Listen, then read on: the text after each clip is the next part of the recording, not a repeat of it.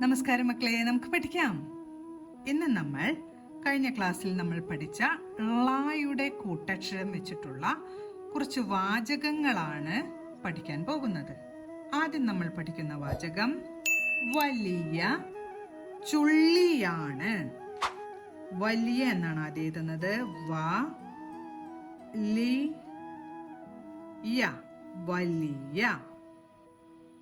വലിയ വലിയ ചുള്ളിയാണ്. എഴുതി ചു അവനായിട്ട് ഊന്റെ ചിഹ്നം ചേർത്തു. ചുള്ളി ഉറപ്പിച്ചുച്ചരിച്ചു, അതുകൊണ്ട് തന്നെ കൂട്ടക്ഷരം എഴുതണം. ചുള്ളിയാണ്.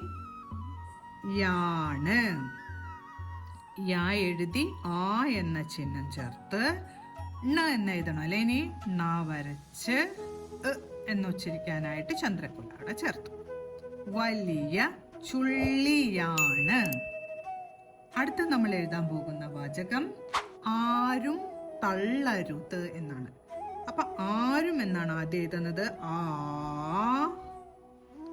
രും എഴുതി ഊന്റെ ചിഹ്നം ചേർത്തു, പൂജ്യവും ചേർത്തു. അപ്പോഴാണ് രും എന്നായത്. ആരും തള്ളരുത്.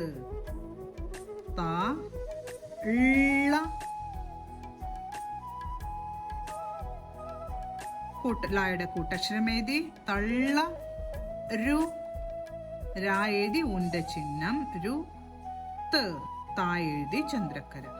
ആരും തള്ളരുത്. അടുത്ത നമ്മൾ പഠിക്കാൻ പോകുന്ന വാചകം ആരാണ് നുള്ളിയത് എന്നാണ്. അപ്പൊ ആരാണെന്ന് ആദ്യം എഴുതുന്നു.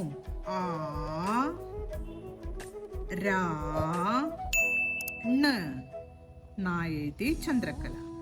ആരാണ് നുള്ളിയത് എന്നാണ് എഴുതാൻ പോകുന്നത്.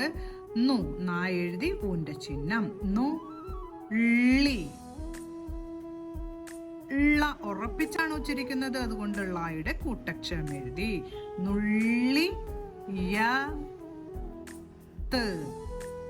നുള്ളിയത്. ഇന്ന് നമ്മൾ ളയുടെ കൂട്ടക്ഷരം വരുന്ന വാചകങ്ങളാണ് എഴുതാൻ പഠിച്ചത്. ആദ്യത്തെ വാചകം വലിയ ചുള്ളിയാണ്. അടുത്തത് ആരും തള്ളരുത്. അടുത്ത വാചകം ആരാണ് നുള്ളിയത്. ഇവിടെ ള ഉറപ്പിച്ചുച്ചരിച്ചില്ലെങ്കിൽ എങ്ങനെയായിരിക്കും വരിക? ചുളിയാണ് എന്നാണ് ഉച്ചരിക്കുക. ഇവിടെ തളരുത് എന്നാണ് ഉച്ചരിക്കുക. ഇവിടെ നുളിയത് എന്നാണ് ഉച്ചരിക്കുക. അപ്പോൾ ള ഉറപ്പിച്ചു തന്നെ ഉച്ചരിച്ചുകൊണ്ട് എഴുതി പഠിക്കാൻ ശ്രമിക്കണം. അടുത്ത ക്ലാസ്സിൽ കാണാം. നമസ്കാരം.